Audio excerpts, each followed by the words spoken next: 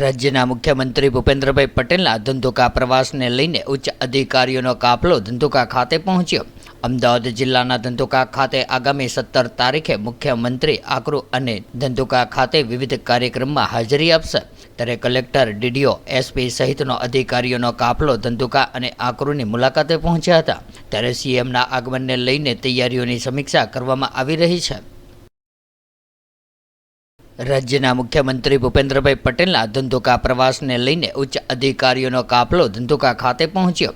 અમદાવાદ જિલ્લાના ધંધુકા ખાતે આગામી 17 તારીખે મુખ્યમંત્રી આકરુ અને ધંધુકા ખાતે વિવિધ કાર્યક્રમમાં હાજરી આપશે। ત્યારે કલેક્ટર, ડીડીઓ, એસપી સહિતનો અધિકારીઓનો કાફલો ધંધુકા અને આકરુની મુલાકાતે પહોંચ્યા હતા। ત્યારે સીએમના આગમનને લઈને તૈયારીઓની સમીક્ષા કરવામાં આવી રહી છે।